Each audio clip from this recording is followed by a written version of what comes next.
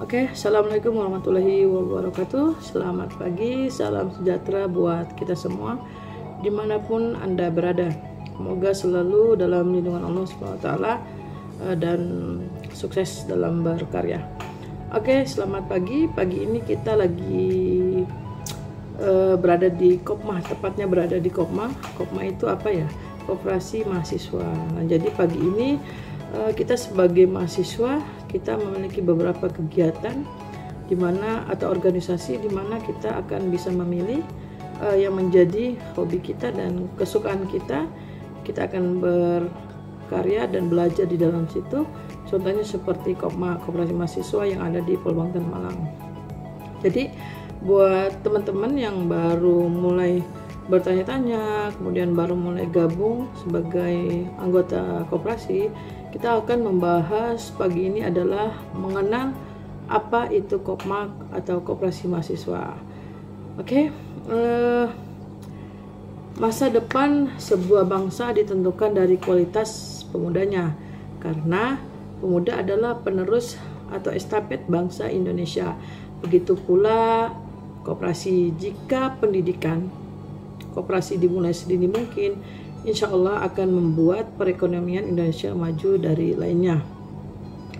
Bapak Menteri Koperasi pernah berkata di hadapan 3.738 anggota Kopma bahwa peringkat 1 sampai 100 koperasi terbesar di dunia ada di Amerika Serikat.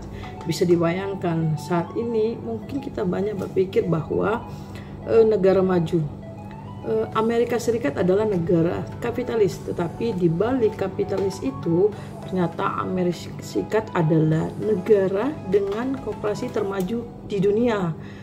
Kita sebagai pemuda pasti memiliki cita-cita dan harapan besar akan segera agar negara tercinta ini, entah itu dari segi infrastruktur, sosial, kemudian teknologi maupun ekonomi, semua segi yang saya sebutkan itu ada dalam sebuah konsep koperasi. Jadi sebelum mencapai itu semua, saatnya kita sebagai mahasiswa memulai memajukan dan membangun koperasi mahasiswa, yaitu Kopma. Jadi kita langsung masuk ke sejarah Kopma ya teman-teman. Jadi pada masa era Presiden Soeharto, pemerintah saat itu membuat Badan Koordinasi Kemahasiswaan atau BKK di bawah Kemendikbud yang didasari oleh SK Menteri nomor 037 tahun 1979 ya teman-teman. Jadi kebijakan yang dikeluarkan menteri itu membahas bagaimana bentuk susunan lembaga organisasi kemahasiswaan di lembaga perguruan tinggi, di mana ada perubahan terhadap organisasi kampus seperti BEM, kemudian DEMA, dan organisasi ekstra seperti itu. Jadi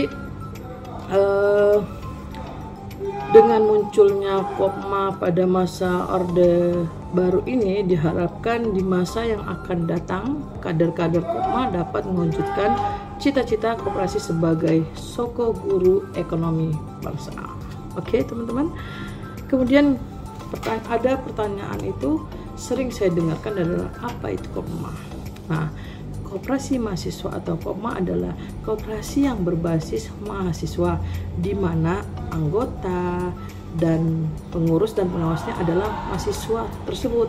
Contohnya Koperasi Mahasiswa Pulau Bangtan, Malang, yang pengurus, pengawas dan anggotanya itu adalah mahasiswa itu sendiri. Nah, jadi karena Kopma berbasis mahasiswa, maka anggota Kopma adalah mahasiswa yang terdaftar dalam keanggotaan Kopma. Nah, syarat untuk menjadi anggota Kopma adalah mahasiswa harus memiliki simpanan pokok dan simpanan wajib untuk digunakan Kopma menjalankan kegiatan usaha. Jika usaha Kopma mendapatkan keuntungan, maka anggota akan mendapatkan persentase keuangan dalam bentuk sisa hasil usaha atau disingkat dengan SHU. Nah, seperti itu teman-teman. Oke. Selanjutnya pengurus Kopma. Pengurus Kopma itu adalah para anggota Kopma yang telah ditunjuk dan disepakati oleh seluruh anggota sebagai pengurus pada rapat anggota. Pengurus memiliki kewajiban untuk mengelola koperasi, menjalankan usaha, dan menjalankan kegiatan pendidikan untuk anggota Kopma. Seperti itu teman-teman. Kemudian badan pengawas adalah para anggota Kopma yang ditunjuk dan disepakati oleh anggota sebagai pengawas dalam rapat anggota. Pengawas itu bertugas mengawasi kinerja para pengurus Kopma. Kemudian mekanisme pengawas yang diatur dalam Undang-Undang Nomor 25 Tahun 1992, koperasi adalah dengan membentuk badan pengawas, teman-teman, seperti itu. Nah, jadi Kopma itu sebagai koperasi kader, teman-teman. Kopma koperasi kader atau tempat belajar atau berkarya bagi mahasiswa, karena sebagai koperasi kader diharapkan setelah mahasiswa lulus dari Universitas Perbangtan Malang bisa menjadi pelopor-pelopor koperasi di masyarakat. Jadi Kopma itu memiliki kewajiban untuk mendidik mahasiswa bagaimana cara untuk berkoperasi, belajar berwirausaha, dan menjalankan usahanya, seperti itu. Jadi nilai plus yang didapatkan di Kopma selain 3 hal tersebut yang tadi saya sampaikan itu adalah kader bisa belajar bagaimana berorganisasi, mengelola keuangannya, menjalankan kegiatan pendidikan, dan mengelola administrasi, seperti itu teman-teman. Sangat menarik ya teman-teman buat yang jiwa-jiwa muda nih ya. Jadi usaha Kopma secara umum koperasi itu dibentuk untuk melayani kebutuhan anggota. Maka begitu Kopma dibentuk untuk melayani kebutuhan mahasiswa anggota, jadi itu dibentuk untuk memenuhi kebutuhan mahasiswa seperti ATK, kemudian makanan-makanan ringan, minuman-minuman yang bergizi, susu, dan sebagainya. Jadi jika anggota membutuhkan seperti itu, ya Kopma harus menyediakan seperti itu.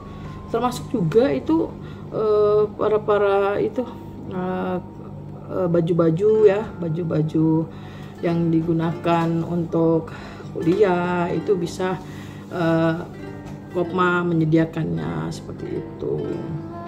Oke. Kemudian sampai situ saja dulu yang akan kita sampaikan. Dari seluruh pembahasan yang tadi, yang harus disorot ini adalah bagaimana Kopma berperan sebagai koperasi kader yang bisa melahirkan praktisi-praktisi koperasi ketika lulus nanti. Oke, teman-teman, sampai jumpa di selanjutnya, kegiatan-kegiatan mahasiswa selanjutnya seperti apa yang ada di Perbangtan Malang ini. Sangat seru. Buat teman-teman yang baru menemukan channel saya, selamat datang, selamat bergabung.